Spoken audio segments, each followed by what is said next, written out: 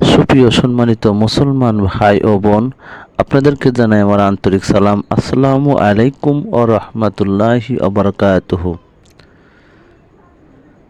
সুপ্রিয় সম্মানিত মুসলমান ভাই ও বোন, আল্লাহ রাসূল সাইয়েদনা হযরত মুহাম্মদ সাল্লাল্লাহু আলাইহি ওয়াসাল্লাম উনি নিজে যা করেছেন এবং সাহাবা ইকরামদেরকে যা করতে বলেছেন এবং সাহাবা ইকরামগণ যা করেছেন তা নিষেধ করেন নাই, তাহাই হাদিস।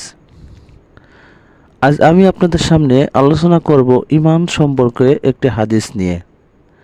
আল্লাহ রাসূল সাইয়েদনা সাল্লাল্লাহু আলাইহি ওয়াসাল্লাম ছোট্ট একটি হাদিস বলেছেন, কিন্তু আল্লাহ রাসূল সাইয়েদনা সাল্লাল্লাহু আলাইহি ওয়াসাল্লাম বলেছেন, আখলিস দীনাকা ইয়াগফিকাল আমালুল কলিল।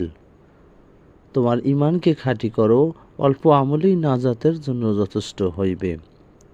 এখানে বোঝানো হয়েছে ঈমানকে খাঁটি করলে তার দ্বারা কোনো প্রকার গুনাহর কাজ করা সম্ভব হবে না।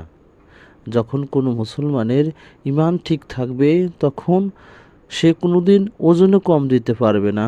যখন কোনো মুসলমানের ঈমান ঠিক থাকবে কোনো ভাই বোনের হক নষ্ট করবে না। যখন কোনো মানুষের ঈমান ঠিক থাকবে তখন সে সুদ খেতে পারবে না, ঘুষ খাইতে পারবে না। সর্বোপরি আমাদের একটাই লক্ষ্য, আমাদের ঈমান ঠিক রাখতে হবে। আমাদের ঈমান ঠিক থাকলে আমরা যাহা কিছু করি না কেন অল্প আমলের ভিতরেই আমরা নাজাতের জন্য আমাদের জন্য যথেষ্ট হইবে।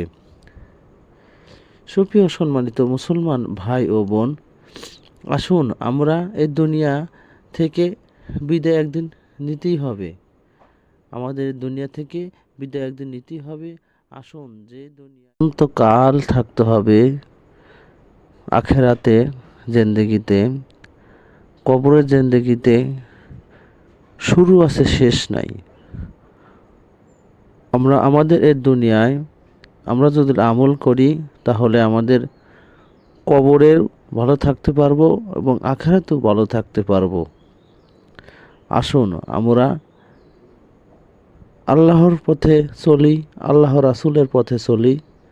মানুষের তো কোনো নিঃশ্বাসের কোনো গ্যারান্টি নেই। আজ আছি, কাল আমরা নাও থাকতে পারি। এখন আছি, 2 মিনিট পরে নাও থাকতে পারি। আসুন আমাদের কিসের এত অহংকার? আমাদের সব অহংকার ভুলে গিয়ে আমরা প্রতিটি মুসলমানের সাথে ভালো আচরণ করি এবং প্রতিবেশীদের সাথে ভালোভাবে চলাফেরা করি এবং আল্লাহ রাসূলের হুকুম মানি।